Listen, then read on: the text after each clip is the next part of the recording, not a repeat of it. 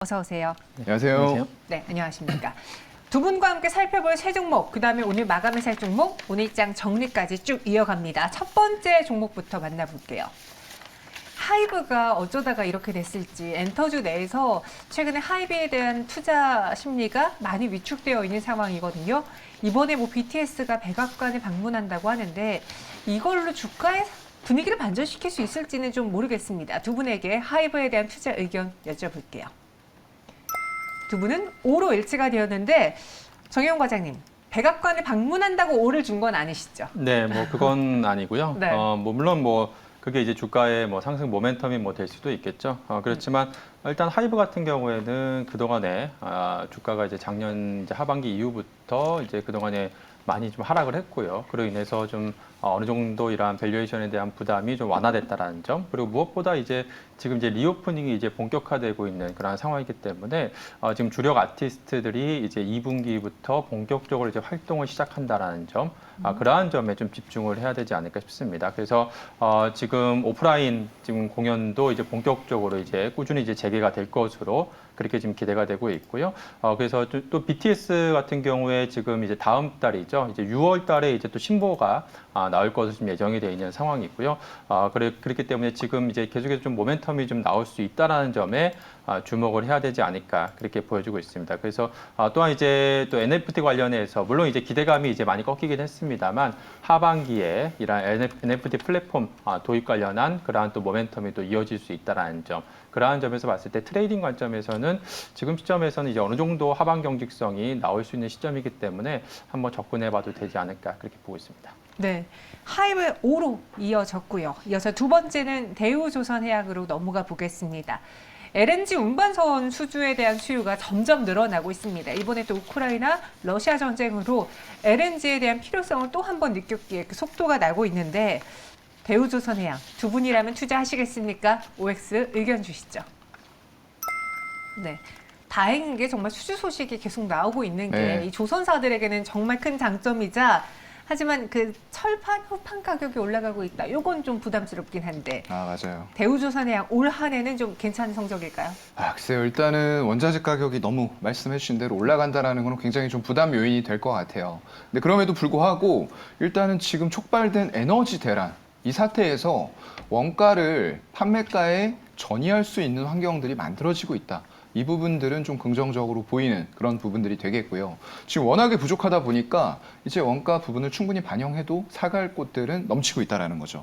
그래서 일단 수요가 공급을 앞지를 수 있는 그런 상황으로 가고 있어서 긍정적이긴 하나, 하나 벗이 좀 붙어버리네요. 일단은 이게 수주와 그리고 실제 재무제표의 숫자가 찍히는 데까지는 상당히 좀 긴 텀이 필요합니다. 그래서 제가 예전에 한번 말씀드렸겠지만 그 텀이 짧은 현대 미포조선을 탑픽으로 꼽는다라고 말씀을 드렸어요. 근데 이제 대우조선해양 같은 경우에도 LNG선 쪽으로 좀 특화가 되어 있다라고 판단을 하고 있는 부분인데 글쎄요. 일단은 지금 주가가 전반적으로 한번 다 같이 올랐다가 대우조선해양 같은 경우에도 차트상으로 보게 되면 일봉상에 28,000원 매물대 지금 2월 말에도 3월 초에도 그리고 4월 중순에도 부딪혔는데 결국 못 뚫었어요. 그리고 외국인들 지분율 추이 보시면 혹시 보이시나요? 화면에? 여기 지분율 추이 보시면은 계속 떨어지고 있어요. 계속. 그랬다가 지금 한 2만 원대에서 바닥 잡고 나서는 일단 외국인 매도가 멈췄는데 이게 지속적으로 외국인들 매수가 들어올 수 있을지 매크로적인 환경은 솔직히 좋지 않잖아요. 그래서 이런 부분들까지도 종합적으로 체크하면서 일단은 만약에 매수하신 분들이라고 하면은 목표가를 딱 정해놓고 가셔야 될 것 같아요. 한 28,000원대 근접하면은 매물대 몰려 있으니까 분명히 물렸던 분들 뺄 거거든요. 그럼 이 정도에서는 한 반 정도를 덜어냈다가 다시 본다던가 이런 식의 접근이 좀 필요할 것 같습니다. 네, 대우조선해양에 대한 투자 방법까지 전해주셨고요. 이어서 세 번째 종목 보겠습니다. 이번 OX 종목은 KT인데 KT가 답이었네라는 이야기를 하시는 분도 계세요. 정말 52주 신고가 꾸준히 야금야금 계속 올라가고 있고 이 와중에도 저평가가 있습니다. 사실 국내 통신사들에게는 항상 따라다니는 그 단어가 저평가인데 두 분이라면 더 보시겠습니까? 이쯤에서 매도하시겠습니까? 의견 주시죠. 놓지 못하겠다. 과장님.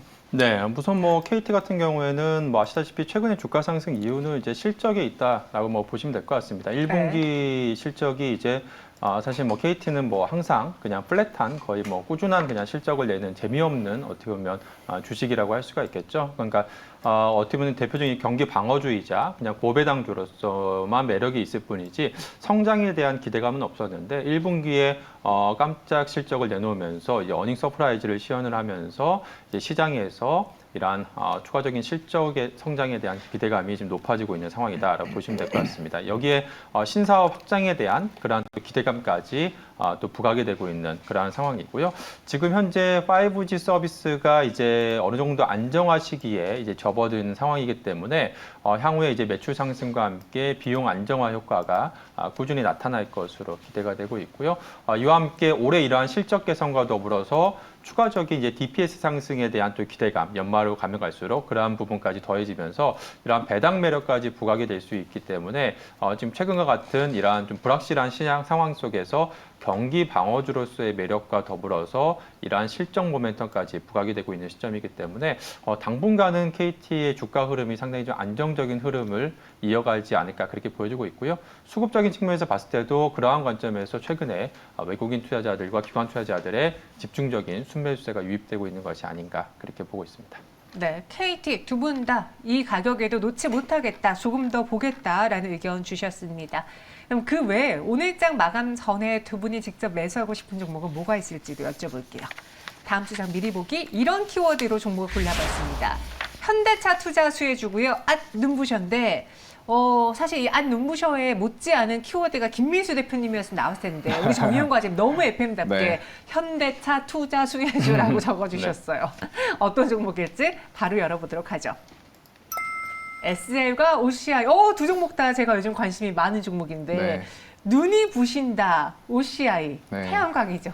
사실 키워드 가지고 고민을 많이 했어요. 이런 거 말고 종목을 고민을 해야 되는데 키워드를 어떻게 내보내야 될지 좀 김민수 대표님한테 맞아요. 그게 점점 더 물들어가고 가능했어요. 있어요. 네. 그래서 뭐 태양을 피하고 싶어서 이런 것도 고민했고 많이 고민했는데 결국에는 이거를 선택을 했고요. 네. 말씀을 좀 드려보면은 일단은 이런 쪽은 정책이 가장 중요합니다. 무엇이든 정책이 가장 중요해요. 이게 사실상 태양광이 어떤 생산 단가, 항상 제가 말씀드리는 그리드 패리티잖아요. 그런 부분에 있어서 막 메리트가 있는 쪽은 아니에요, 솔직히. 그리고 일조량이 각 지역마다, 각 나라마다 다 틀립니다. 그렇기 때문에 신재생 에너지 한계가 이제 그런 부분들이에요. 일조량, 그리고 풍력에서는 바람이 세차게 불어야 되는데 안 분다거나, 어디는 많이 부는데 여기는 안 분다거나, 이런 지역적인 특성을 가지고 있기 때문에 신재생 에너지가 균일하게 계속적으로 같은 에너지들을 생산해 줄 수 있다라는 담보가 안 되는 거거든요. 하지만 그럼에도 불구하고 우리가 어떤 지구를 지키기 위한 그런 환경적인 측면으로 점점 더 모든 나라들이 접근을 하고 있어요. 하나뿐밖에 없는 지구에서 지금 인간들이 계속적으로, 그리고 우리 후손들에게도 물려줘야 될 지구이기 때문에 환경적인 요인을 어느 때보다도 중요하게 생각을 한다는 거죠. 그렇다 보니까 보호하기 위한 정책들이 계속 나오고 있어요. 이런 신재생 에너지들 단가는 높지만 해야 된다. 라는 부분들 나오고 있고요. 유럽의 파워 EU 정책 보면 수요 증가 기대감이 있어요. 30년까지 신재생 에너지의 비율을 40에서 45%로 5% 작을 것 같잖아요.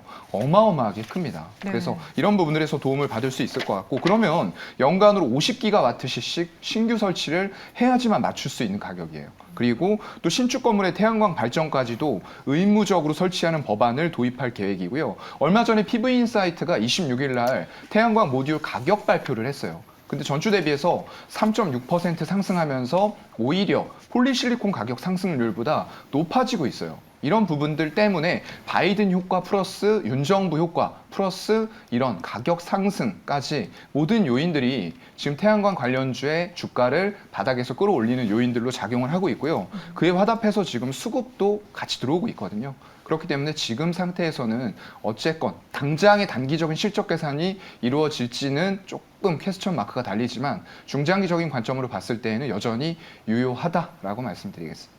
네, OCI 그럼 전략은 어떻게 세워볼까요? 네, 일단은 지금 오늘 좀 최근에 많이 떴죠. 네. 하지만 이제 저희는 항상 조정을 염두에 두고 너무 급하게 매수는 안 한다라는 걸 기본 전제로 깔고 가기 때문에 11만 원까지 열어 놓으시고 매수하셨으면 좋겠고요. 중장기입니다. 이거 단기에 올라갈 수도 있겠지만 저는 중장기적인 관점에서 전고점 16만 원까지는 가능하겠다라고 전략을 드리겠습니다. 네, OCI 한번 매수해 보겠습니다. 이번에는 정의용 과장님의 종목입니다. 너무나 뚜렷하게 현대차의 수혜를 받을 수 있는 종목이다. SL, 뭐 구형테크, SL, 화신, 네. 서현이화 이렇게 거론되고 있는데 SL 왜 꼽으셨습니까? 그냥 뭐 심플하게 접근하면 되지 않을까 싶습니다. 뭐 최근에 주가 흐름 보시면 아시겠지만 시장 상황과 상관없이 꾸준하게 상승을 하고 있는데요. 뭐 그러한 이유가 역시나 지금 현대차 이제 미국 투자가 이제 본격화되면서 대표적인 이제 수혜주로 이제 부각이 되면서 최근에 꾸준하게 상승을 하고 있습니다. 아시다시피 SL 같은 경우에는 국내 최대 그 헤드램프 제조사인데요. 미국 이제 엘라바마 그리고 테네시에 현지 생산 공장을 이제 보유를 하고 있고요. 특히나 가장 핵심적인 부분은 국내 이제 자동차 부품사들 중에서 가장 이제 좀 미국의 그 매출 비중이 좀 높은 대표적인 회사 중에 하나라는 점. 지금 현대차 같은 경우에는 지금 글로벌 이제 그 반도체 이제 쇼티지로 인해서 지금 생산에 대한 좀 차질이 계속해서 나타나고 있는 상황임에도 불구하고 지금 미국 시장에서 MS를 계속해서 늘려가면서 상당히 지금 선전을 하고 있는 그러한 상황인데요.